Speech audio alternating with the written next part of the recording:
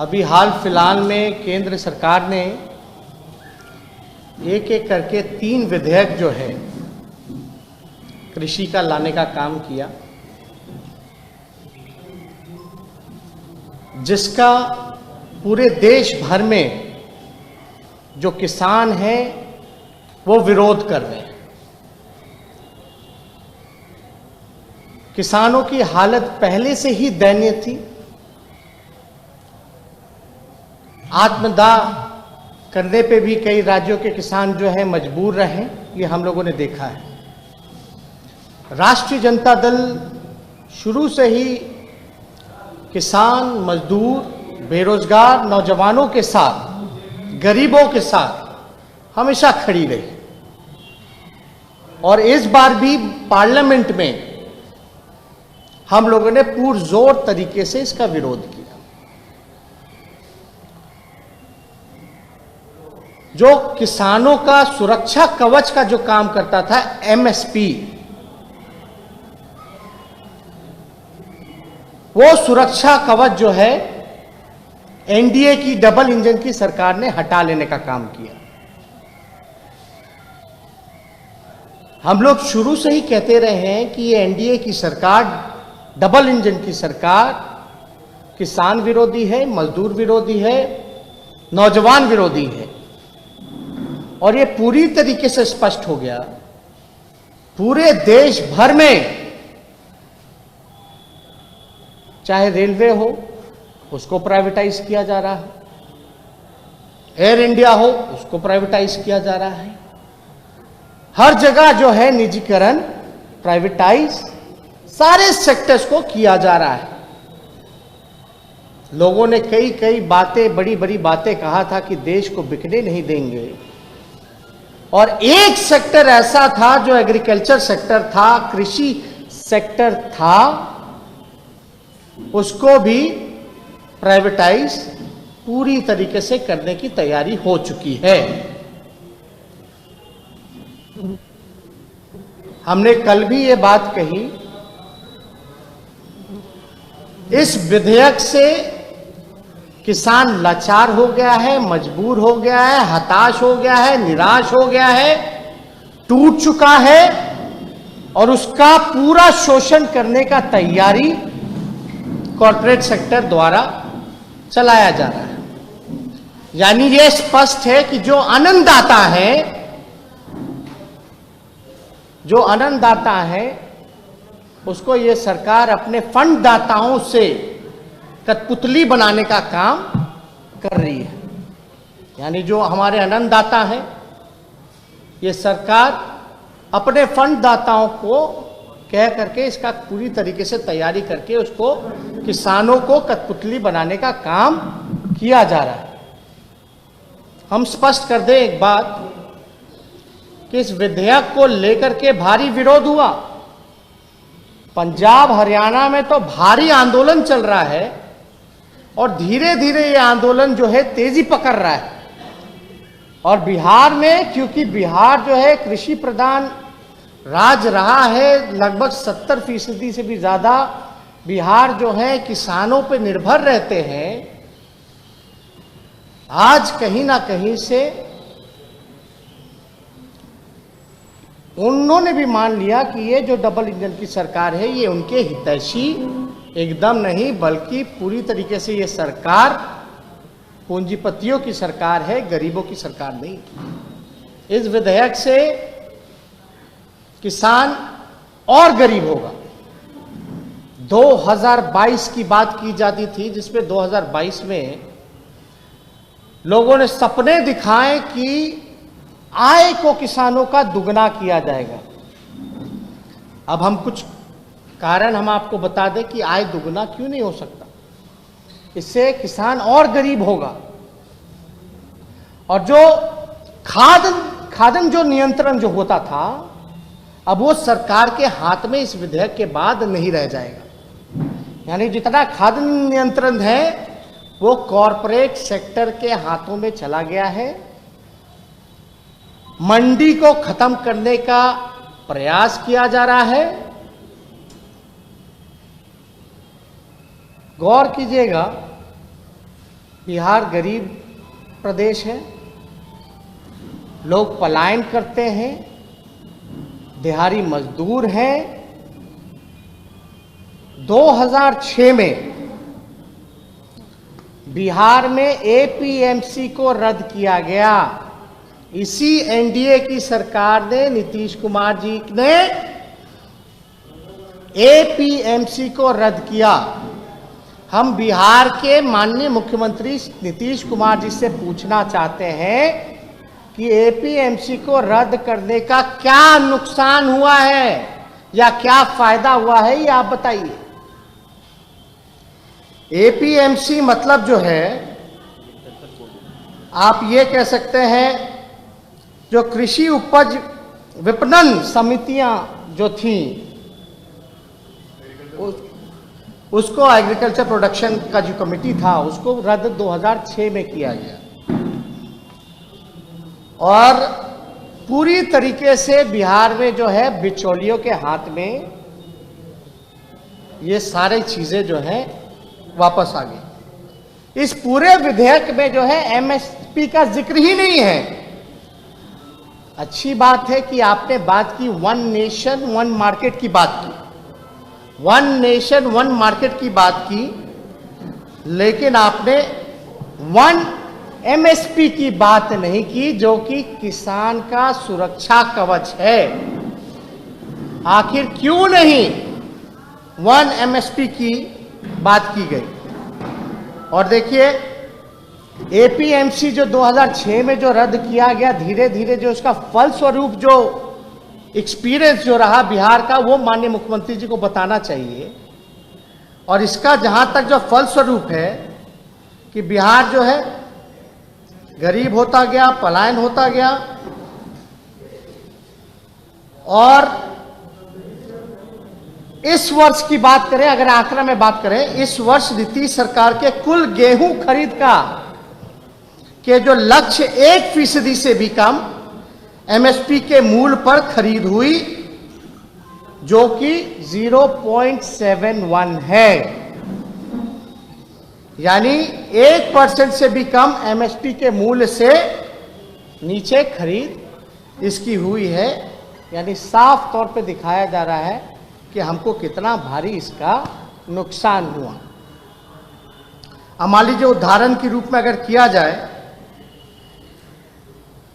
प्रदेश में, क्योंकि प्रदेश में एमएसपी ही नहीं है, तो इसका एक उदाहरण अगर हम दें तो आज बिहार प्रदेश में किसान मकई का जो एमएसपी है 1850 होने के बावजूद उसे बिचौलियों को उनको 1100 में बेचना पड़ता है। यानी 1100 से भी नीचे लोग जो है बेचने का काम करते हैं। यानी 1850 का अगर लेकर के चलिए जो एमएसपी है, यानी उससे नीचे अगर बेच रहे हैं 1100 में, तो लगभग 750 रुपए का नुकसान उन किसानों को होता है। यानी और भी ज्यादा नुकसान हो रहा है। आप देखिएगा, ये अध्यादेश कहता है कि बड़े कारोबारी जो है सीधे किसानों की उपज खरीद कर सकेंगे, लेकिन ये नहीं बताया गया कि जिन किसानों के पास मोल भाव करने की क्षमता नहीं है, वो इसका लाभ कैसे उठा पाएंगे। कैसे, जिसमें क्षमता ही नहीं मोल भाव करने का, डायरेक्ट अगर आ जाएगा खरीदेगा, तो मोल भाव, बेचारा किसान तो ऐसे ही बेबस है, कमजोर है, इस राज्य में एमएसपी है ही नहीं, तब इतना नुकसान झेलना पड़ रहा है। ये सेक्टर आ जाने के बाद, ये विधेयक आ जाने के बाद तो भारी नुकसान जो है हमारे राज्य को हो ही रहा है, बल्कि पूरे देश में किसानों को जो है नुकसान होगा।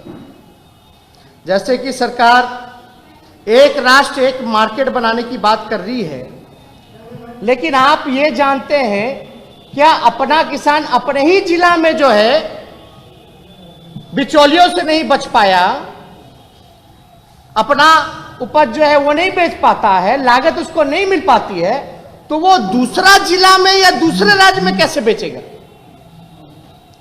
तो कैसे फायदा होगा उसको? ये बहुत ही बड़ा प्रश्न है जिसका हम लोग चाहते हैं कि सरकार जो है उत्तर देने का काम करे। इस अध्यादेश की धारा 4 में कहा गया है कि किसान को पैसा 3 कार्य दिवस में दिया जाएगा।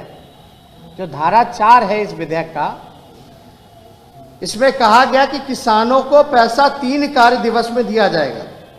किसान का पैसा फंसने पर दूसरे मंडल या प्रांत के बार बार चक्कर काटने होंगे।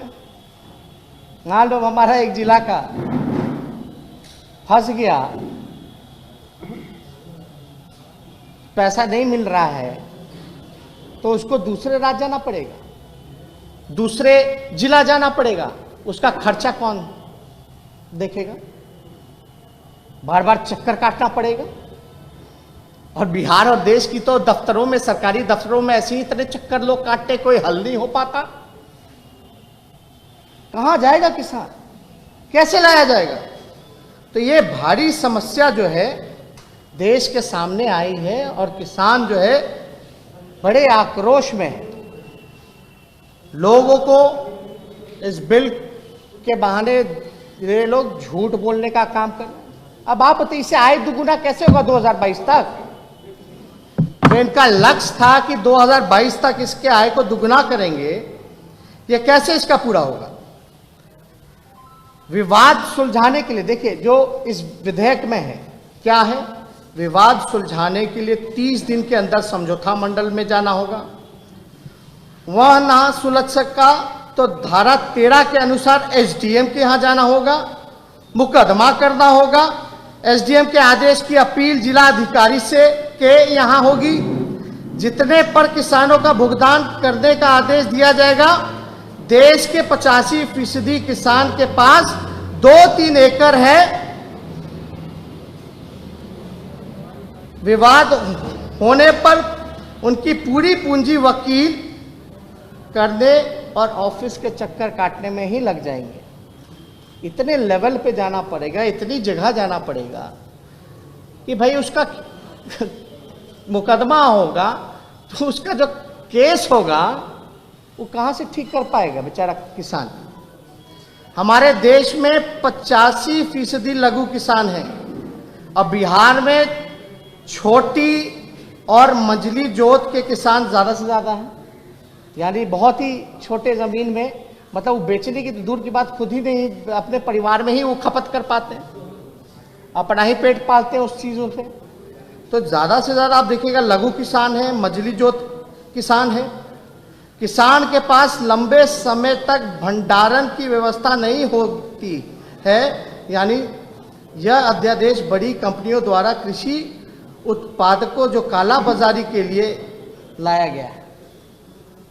पूरी तरीके से यह विधेयक जो है काला बाजारी के लिए लाया गया है। अब मान लीजिए कंपनियों और सुपरमार्केट अपने बड़े बड़े गोदामों में कृषि उत्पादों का भंडारण करेंगे और बाद में ऊंचे दाम पर ग्राहकों को बेचने का काम करेंगे, जो कि हो रहा है।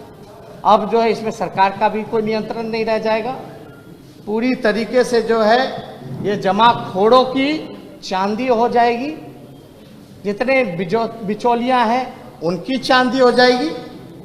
जो कंपनी या व्यक्ति ठेके पर कृषि उत्पाद लेगा उसे प्राकृतिक आपदा यानी कृषि में हुआ नुकसान से कोई लेना देना नहीं होगा। यानी प्राकृतिक जो ओला होता है, ओला से बिहार में जो है कितना नुकसान हुआ, बाढ़ हुआ, उससे जो है क्षति हो जाता है, तो इन कंपनी का उसके क्षति से कोई लेना देना नहीं है।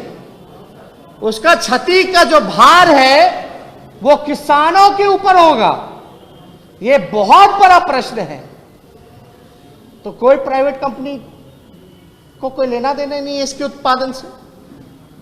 वो जो भी है भार, मतलब एक किसान जो अपने मेहनत का, खून पसीने का, जो हम लोगों को आनंद देने का काम करता है, अन्नदाता है, समझिए कि उसको कितनी परेशानी, जो देश का पेट पाल रहा है, जो मोदी जी का पेट पाल रहा है, जो नीतीश जी का पेट पाल रहा है, उस पे इतना बड़ा अपराध किया जा रहा है। इसके लिए हम लोग चुप बैठने वाले नहीं हैं। अब सारी चीजें हैं।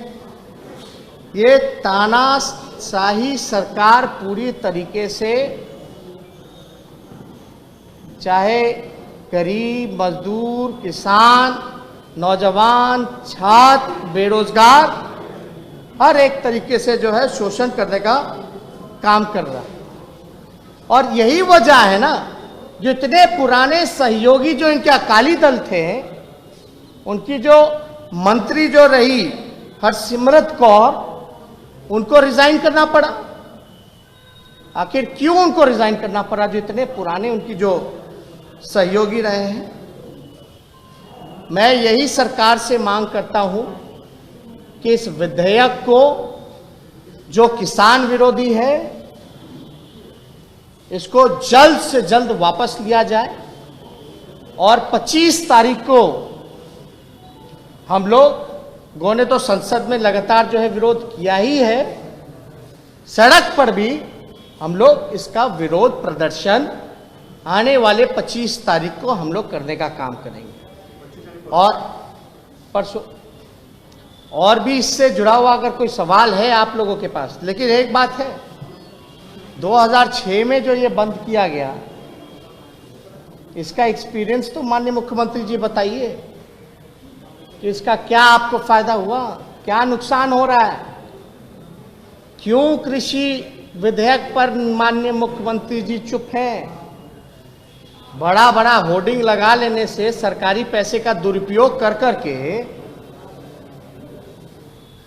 मुंह चमकाने से नहीं होने वाला है। जनता इनकी असलियत को पहचान चुकी है और आने वाले समय में बिहार का किसान जो गरीब हुआ इनके राज्य में, जो पलायन करने पे मजबूर रहा, जिनको ये अब गाली देते हैं और सुशील मोदी मजाक उड़ाते हैं कि वो आनंद के लिए, मजे के लिए बाहर जा रहे हैं, चुन चुन करके जो है बदला लेने का ये नीतीश कुमार जी से, सुशील मोदी जी से लेने का काम करेगी। बताइए, मजाक उड़ा दिए, एक मजदूर का मजाक उड़ा रहे हैं, किसान का शोषण कर रहे हैं। यही डबल इंजन की सरकार है, यही एनडीए की सरकार है। एक मजदूर को गाली दिलाना, एक किसान का शोषण करना। भ्रष्टाचारिया, बिचौलिया, जमाखोर, अपराधी, सबका बिहार में बोलबाला है, क्योंकि नीतीश कुमार है।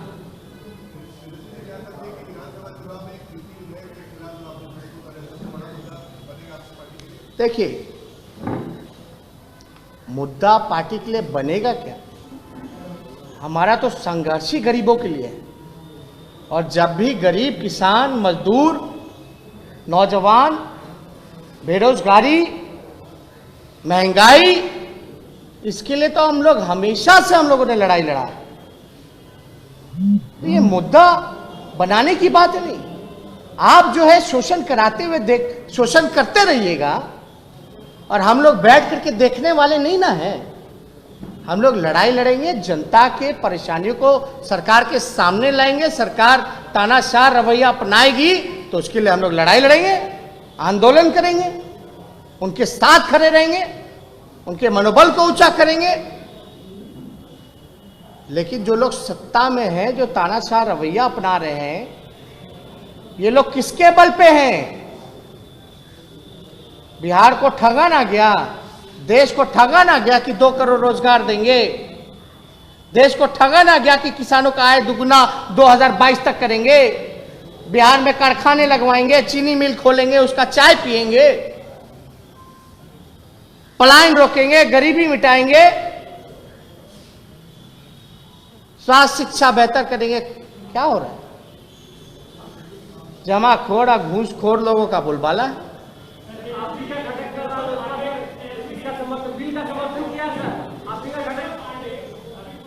नहीं, देखिए हम सुन लिए।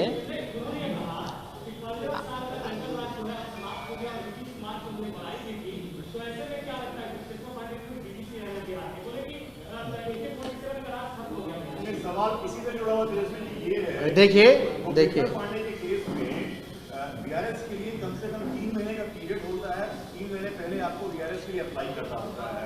मगर उनके मामले में इस क्लॉज को हटा दिया गया और उन्हें तत्काल जो है वीआरएस के लिए परमिशन दे दिया गया। तो ये आप देखिए, हालांकि ये प्रेस कॉन्फ्रेंस जो है कृषि संबंधित, किसान संबंधित, देश की बात है। जय जवान जय किसान का नारा हम लोग लगाते थे। क्या हो रहा है देश में, इस पे बात होनी चाहिए, ये मुद्दा होगा। एक व्यक्ति विशेष कौन आता है, कौन जाता है, कहाँ क्या करता है, नहीं करता, हमारे लिए टिप्पा टिप्पणी करना ऐसे लोगों के लिए समय बर्बाद करना है। बात समझिए, बात सुनिए ना। हम कौन आएंगे, कहाँ जाएंगे, क्या करेंगे, सब लोग तो जानता है। कोई एक बार ले, 2 बार ले वीआरएस, 3 बार ले, हमको क्या लेना देना। किस पे कहाँ सीबीआई चार्जशीट किया हुआ है, क्या लेना देना है कि नहीं।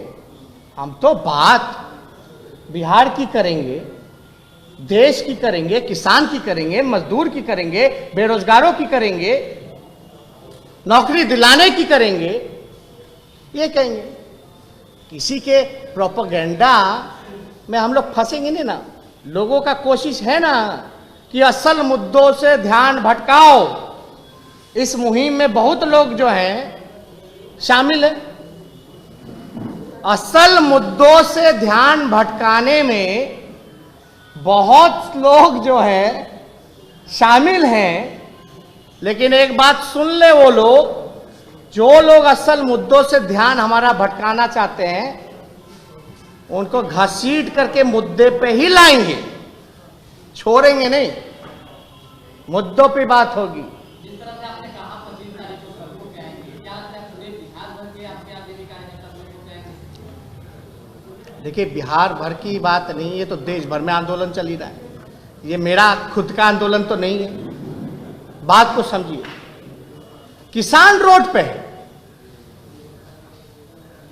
और सरकार में बैठे हुए लोग एसी के रूम में। इसलिए हम लोग की पार्टी शुरू से ही किसानों के साथ खड़ी रही। जब वो संघर्ष कर रहा है तो हम लोग उस संघर्ष के उनके साथ भागीदार बनेंगे और उस आंदोलन को और मजबूत करेंगे। सत्ता पक्ष की तरफ से एक पोस्टर लगाया गया तेजस्वी, जिसमें आपके सभी परिवार को दिखाया गया और बिहार में भारी कहे जाने की बात है। इस सब से कोई मतलब है, सब कोई मतलब है। इस सब पे कोई टिप्पा टिप्पणी हमको नहीं करना है। आप एक बात समझिए ना, इस पे हम तो कुछ बोलना नहीं चाहते हैं। इस बिल को लेकर के लोग बिहार बिहार बिहार बिहार बिहार बिहार चिल्ला रहे। जो गैर बिहारी है, जितने गैर बिहारी हैं, कान खोल करके सुन लें, जितने गैर बिहारी हैं वो बिहार बिहार बिहार बिहार बिहार, सोते जागते, उठते बैठते, नहाते, खाते और पीते, चुनाव का समय है तो बिहार बिहार बिहार करेंगे। लेकिन पटना यूनिवर्सिटी का दर्जा, केंद्र का दर्जा नहीं दिला पाए, बिहार को विशेष राज्य का पैकेज नहीं दे पाए, बिहार में कारखाने उद्योग नहीं लगा पाए, रोजगार नहीं दे पाए, गरीबी नहीं मिटा पाए, पलायन नहीं हटा पाए, रोक पाए। अब तो बिहार चुनाव है, बिहार का चुनाव खत्म होगा, जितने गैर बिहारी हैं सब अपने अपने काम में लग जाएंगे, भाग जाएंगे। बाढ़ में अब तक केंद्र कमेटी नहीं आई जांच करने कि कितना नुकसान हुआ। लगभग 80 से 85 लाख आबादी प्रभावित रही। मजदूर जो पैदल 1500 किलोमीटर चल के आए, 2000 किलोमीटर चले, कई लोग चलते चलते मर गए, एक्सीडेंट हो गया, भूखे रहे, भूखे मर गए। तब बिहार याद नहीं आया, बिहारी याद नहीं आया। अब अपना पॉलिटिकल एजेंडा सेट कर रहे, बिहार बिहार बिहार बिहार कर। तो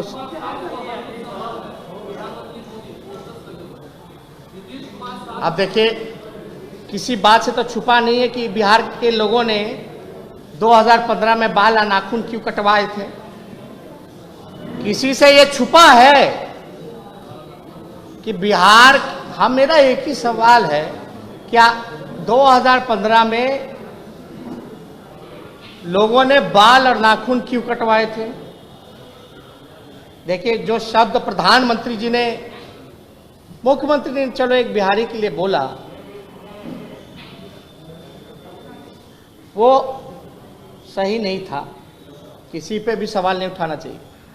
लेकिन जिस व्यक्ति ने 2010 का चुनाव जीतने के बाद हाथ उठाने पे आपत्ति जताई थी, जिस व्यक्ति ने थाली खींच लिया था, आज वो व्यक्ति पोस्टर लगवा रहे हैं सरकारी खर्चे पर, सरकारी जगहों पर। उसमें चुनाव सिंबल नहीं है, क्योंकि सरकार उसका पैसा दे रही है। और दिया जा रहा है कि प्रधानमंत्री जी क्या क्या बोला करते थे। ये सरकारी पैसे का दुरुपयोग हो रहा है। थोड़ा ये भी बता देना चाहिए उन पोस्टरों में कि डीएनए पे सवाल प्रधानमंत्री जी ने उठाया था, जांच रिपोर्ट का क्या हुआ? डीएनए ठीक है कि नहीं है? तो हम तो यही कह रहे हैं कि भाई सरकारी खर्चा पे वो विज्ञापन दे रहे हैं। अब ये स्थिति उस व्यक्ति की आ गई, हताश, निराश, हार चुके हैं। अब उनको मोदी जी का सहारा लेना पड़ रहा है। वही मोदी जी का सहारा लेना पड़ रहा है जिसको ये बाहरी कहते थे कि अब बाहरी लोग आकर के संभालेगा बिहार। अब मोदी जी का सहारा, तो आप समझ सकते हैं नीतीश जी की स्थिति जो है बड़ी नाजुक है। जिसका थाली खींचा, जिसका डीएनए का गाली सुना, जिसके हाथ उठाने पे आपत्ति रहा, आज उसी का सहारा, वो भी सरकारी खर्चे और पैसे पर ये करवा रहे हैं। पता चल जाएगा। अब जाइए ना, देख पूछिए किसका है, प्राइवेट का है। जितने भी होर्डिंग पोस्टर हैं सरकारी खर्चे पे है। तो हमको तो इस तरह का कैंपेन जब अनऑफिशियली जब चलाते हैं नीतीश जी सरकारी खर्चे पे, तो मेरा मनोबल और ऊंचा हो जाता है और यह विश्वास हो जाता है कि नीतीश कुमार हार मान चुके हैं। तो हताश हैं बेचारे, इस पे हमको कोई टिप्पणी नहीं।